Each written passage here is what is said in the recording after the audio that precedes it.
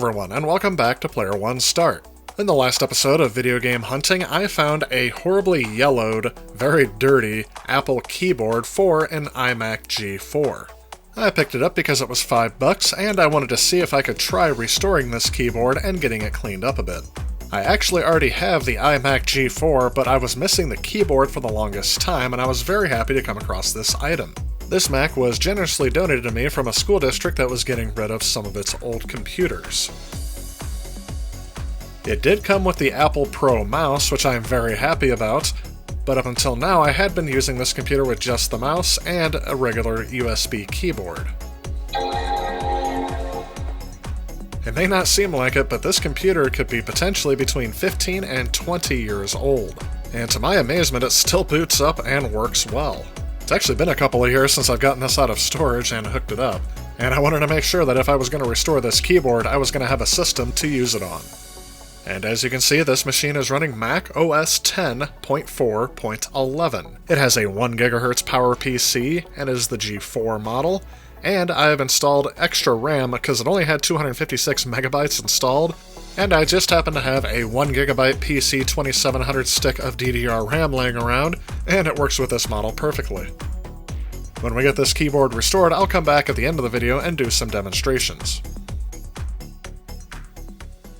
So this keyboard's actually been sitting in a storage crate in my house for about a year. In that time, I actually tried my hand at retrobreading a Macintosh Classic, and it turned out well, at least in my opinion. But now, I'm going to be trying that same method on this keyboard. And I'm just going to give you a disclaimer right now. This, along with any of my other videos on this stuff, is not a tutorial. This is more of a this is what I did video, showing you how I accomplished this. Now, this process uses strong chemicals that if you don't know what you're doing can lead to damaging your device or even injuring yourself. So I feel obligated to say that you should try this at your own risk. Again, here's the keyboard I picked up at Goodwill. It's in rough shape, but it actually doesn't appear as bad as it actually is on camera. Getting a closer look at this keyboard, you can tell just how yellowed and nasty this thing actually is. Not only are all of the keys yellowed, but there is a lot of dirt and gunk buildup between all of the keys. I have the feeling that these keys attract more dust and gunk the hotter they get, and this thing looks like it was absorbing a lot of sunlight. Looking between the keys, you can see the white that these keys are actually supposed to be closer to. Other than that, the keys actually appear to be in good shape, except for the eject button here, which has some permanent marker it looks like. We should be able to easily take care of that here in a little bit. One thing I actually like about this keyboard is if you look at the back of it next to the USB cable plug, there are a couple of extra USB ports on here, which I think was kind of innovative for the time. These were definitely more convenient than actually going into the back of the Mac to plug things in. The back has this price sticker, which we'll have to take care of as well, but it does have the rubber feet to keep it from sliding around. Unfortunately, they're using some sort of security bit to keep you from getting into the keyboard, and unfortunately I don't have that bit handy, so I'll have to just clean around it for now. That said, let's go ahead and start popping some keys.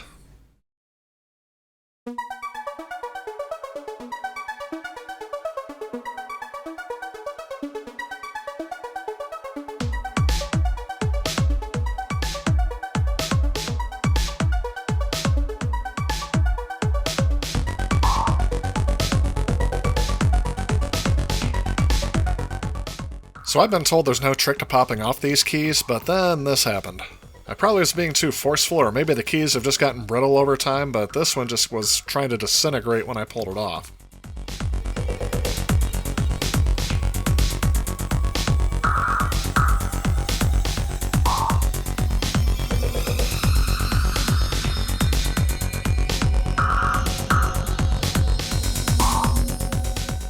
Alright, I have all the keys off, and this little plastic piece that's still there is actually screwed into the bezel. And I don't have that bit handy for unscrewing the back of the keyboard, so I'm going to leave that on for now. Next, I'm actually going to take all of the keys and just let them soak in some soapy water. I made sure the water was warm to the touch, but nothing too crazy.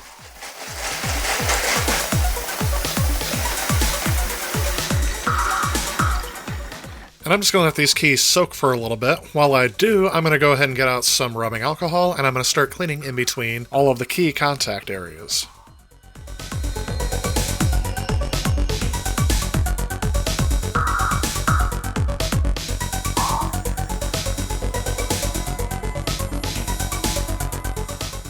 Yeah, that is nasty. I'm gonna have to use a couple of these.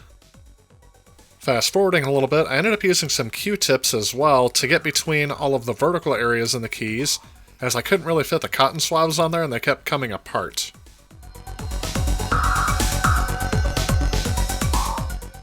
And again, a look at the nasty gunk I've been removing from this keyboard. Next, I'm going to turn my attention to the price sticker on the back. Other people may have success using some other means to remove these, but since this is clear plastic and I don't want to scuff it, I just ended up using my own fingernails to get this label off. Taking it slow is key when you're using this method. As you can see here, right at the end, I was a bit too quick trying to rip off that last bit, and I left some of it on there. And there's still a lot of sticker residue, so I'm going to go ahead and follow it up with some citrus goo removing product. You only need a few drops of this stuff, and then just spread it around and let that eat through the glue for a little bit. After about 5 minutes, I came back and removed the rest of the label, and then the rest of the goop came off very nicely. Next, I rinsed off the keys, but for most of this dirt, I'm going to have to give each key some individual attention. I just used some glass cleaner and a paper towel, and just clean every side of the key before throwing them back into the little bucket I have. This ended up taking a good amount of time, but it is a necessary step if I want to retrobrite this keyboard, as I don't want any of the dust buildup interfering with the retrobrite process. What you're seeing here is about a half-hour process being sped up into under a minute. I think this is something I've seen others leave out as just the amount of time that is needed to complete the retrobrite process. Alright, now it's time to put these in an area of my house where I can nuke them with some UV light. Let's go ahead and do that now. Alright, I have my little retrobriting counter set up here, and you'll notice I have a smaller dish for a couple of keys that I feel like could use a little extra treatment, so I'm going to put a stronger solution in there and see if that makes a difference. And you'll actually see steam come off of the water. That's because I am using hot water, and I'm only filling it up just to about the top layer of keys so I don't have to use as much hydrogen peroxide. Next, I'll pour in about just as much hydrogen peroxide as I did water into each container. I'm mixing this up with a paint stirring stick. I actually don't want to use my own fingers because I have gotten chemical burns from this in the past, so I've learned to be a lot more careful. I definitely need to look into getting some gloves for this. But now that that's said, it's time to turn on the UV lights. Again, I'd like to point out that these are much brighter in person than they appear on camera. My camera is auto-adjusting to make sure the image doesn't get washed out, but believe me, when I put my hand underneath here, it is almost blindingly bright. So I'm going to let these sit in here for about 30 minutes, and I'm going to come back and check on them. And because I didn't set a timer, I came back 45 minutes later and checked on the progress. And I could definitely see some bubbles forming on the edges of the keys, so I took the paint stirring stick and stirred them up again to knock the bubbles loose, and I came back again after another amount of time, and repeated the process over and over again.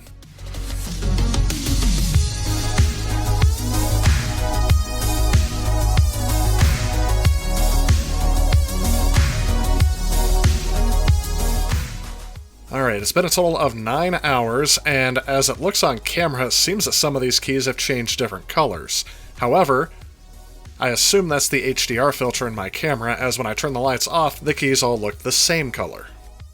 Learning from my previous mistakes, I've actually diluted the water a lot more to get rid of a lot of the hydrogen peroxide. I'm going to go ahead and scoop these out with a slotted spoon, kind of like I'm dishing out pasta, and I'm going to let these completely dry before I touch them again. Once the keys were dried, I decided to compare them against the piece I have not retrobrited yet, and although I can see a difference, I can still tell that these are a bit cream or beige colored. Well, it doesn't look like my normal method for retrobriting is working as well as I want it to, at least not in this area of the house. The reason why I think it's not working as quickly as usual is the fact that this is the middle of February, and this is against a wall that is actually an exterior wall in my home.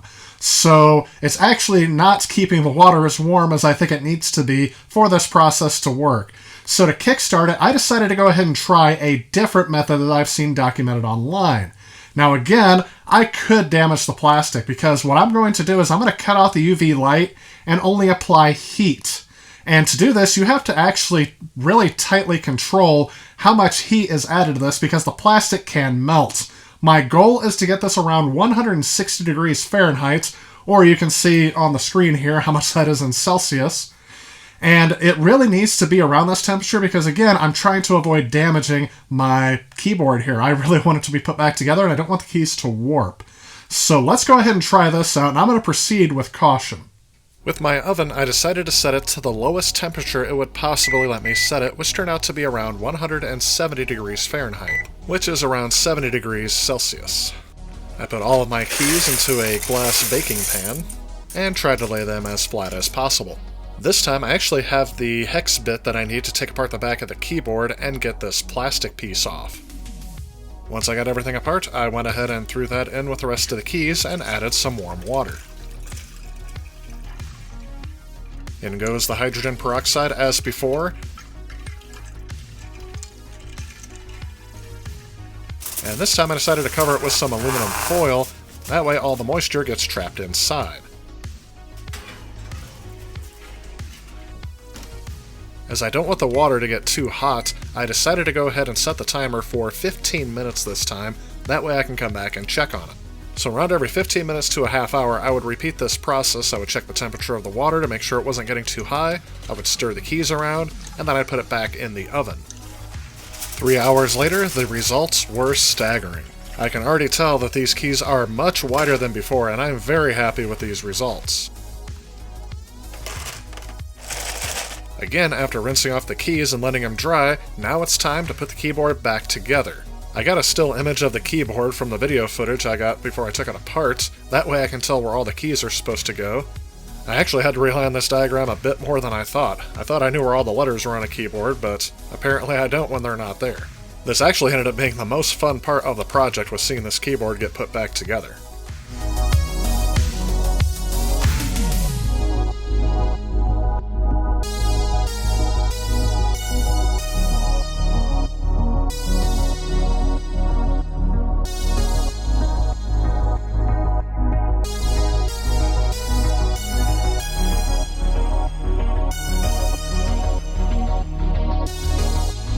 Now that we have this keyboard fully assembled, this looks leaps and bounds better than it did before, although admittedly, the keys are still a tad yellowed. But it still looks a lot better than it did when I got this keyboard. Just as a reminder, here's what the keyboard looked like before, and now the reveal of after. And that is a night and day difference. If anything, it's just much nicer to touch these keys without having to go wash my hands after.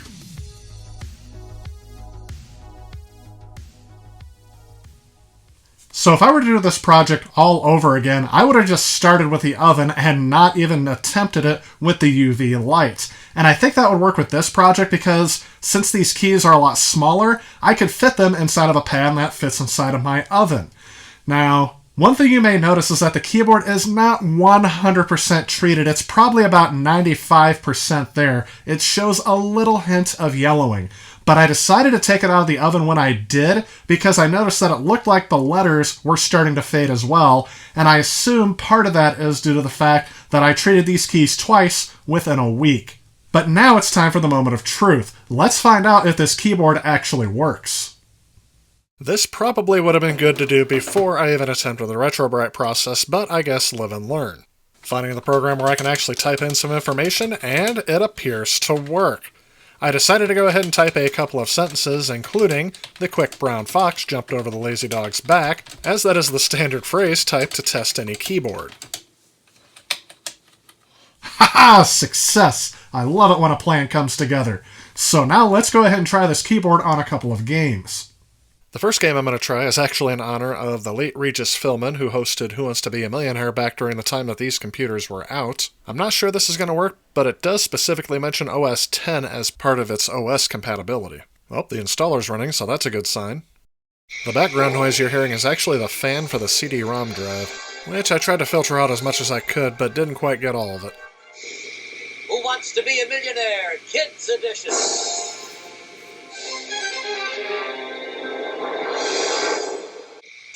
Hey, check it out. Here's your $100 question.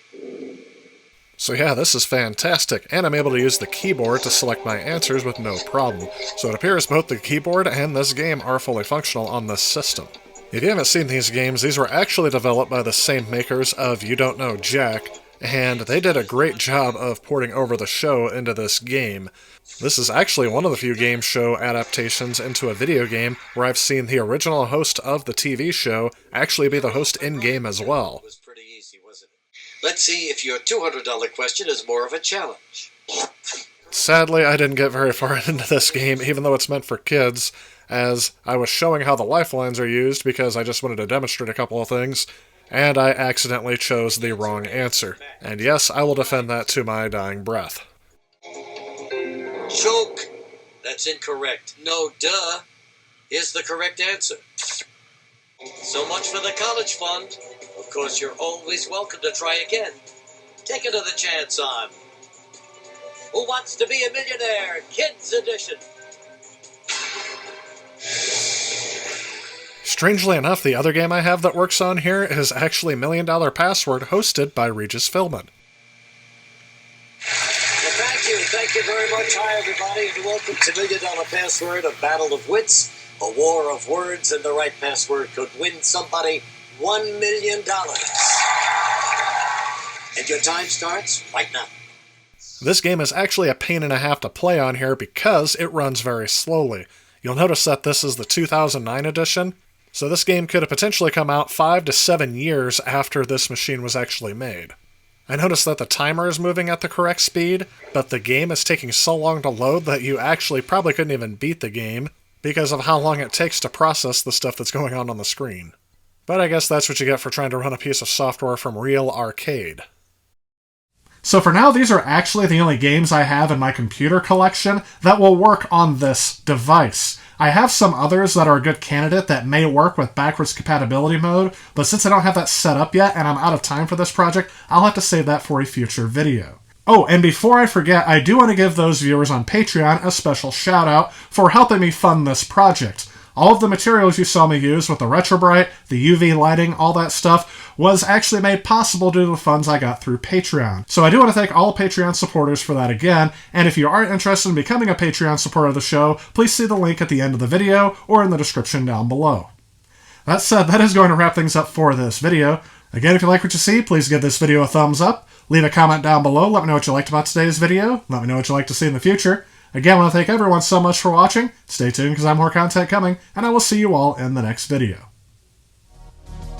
If you like this video and you'd like to help out with future projects on this channel, please consider supporting me on Patreon. Also, if you enjoy the content of this channel, please remember to click on this subscribe button. Again, I want to thank you so much for watching. I'll see you next time.